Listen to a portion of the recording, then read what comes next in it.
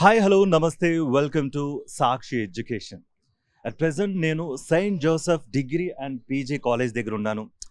King కోటి దగ్గరికి వచ్చి ఎవరిని అడిగినా కూడా ఈ కాలేజ్ గురించి చెప్తూ ఉంటారు. ఎందుకంటే ఈ కాలేజ్కి అంత ప్రత్యేకత ఉంది. సెయింట్ జోసెఫ్ కాలేజ్ గురించి చెప్పాలంటే చాలా ఉన్నాయి.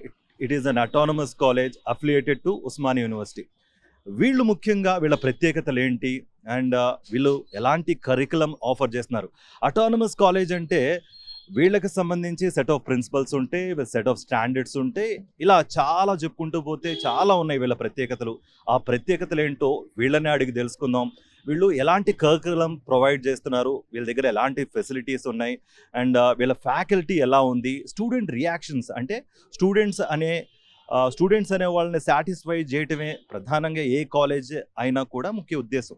సో వీళ్లకు స్టూడెంట్స్ తగ్గట్టుగా ఎలాంటి కరికులం ప్రొవైడ్ చేస్తున్నారు అనేది తెలుసుకునే ప్రయత్నం చేద్దాం. Let's get started. Here, the given a differential equation, you have to find the auxiliary equation. Auxiliary equation. So there is a given a differential equation d square minus 4 into y is equal to 0. Then you write the auxiliary equation can be written as m square minus 4 is equal to 0. M is equal to here under root of 4.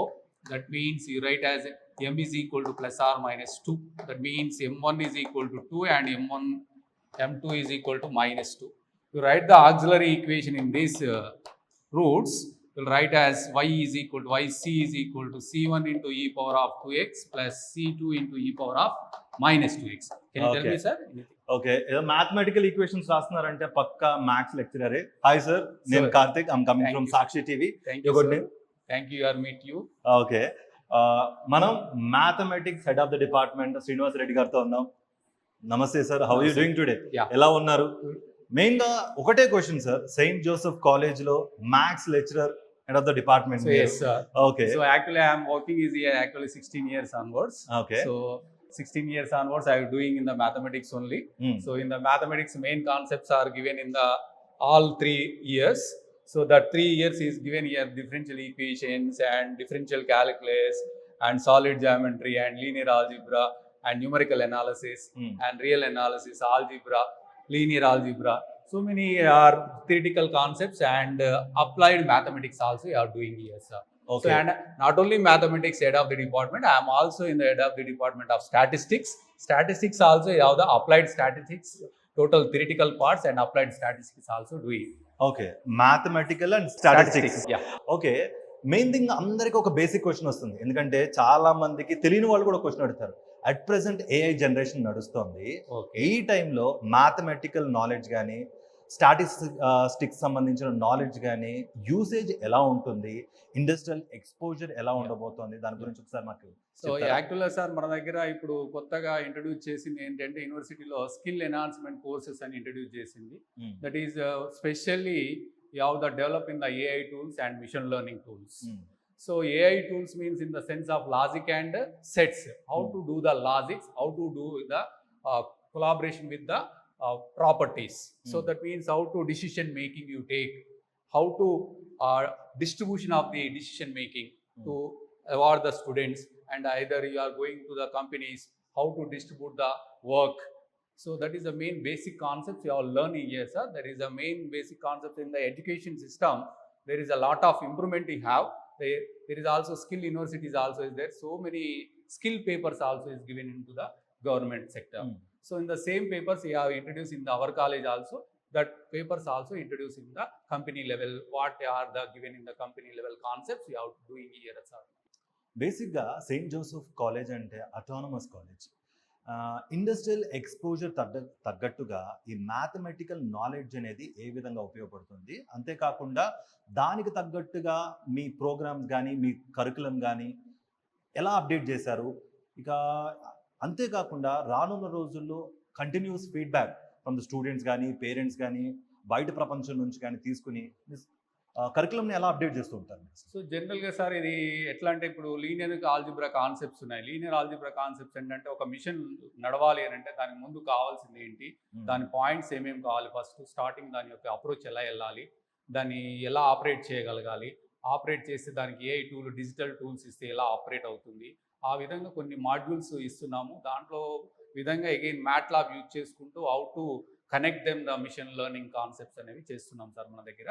అది చాలా పిల్లలు కూడా చాలా ఎంతూజియాజంగా coding system ఎలా ఉంటుంది, పైథాన్కి apply చేసి దాన్ని ఎలా సాల్వ్ చేయగలుగుతారు, ఈజీగా రియల్ వరల్డ్లో ఎలా సాల్వ్ అవుతుంది అనేది చెప్పగలుగుతున్నారు పిల్లలు. ఓకే, మెయిన్గా ఆఖరిగా లాస్ట్ క్వశ్చన్, ఎందుకంటే ప్రతి కోర్స్కి రిలేటెడ్గా ఒక ఏఐ కోర్స్ వస్తుంది.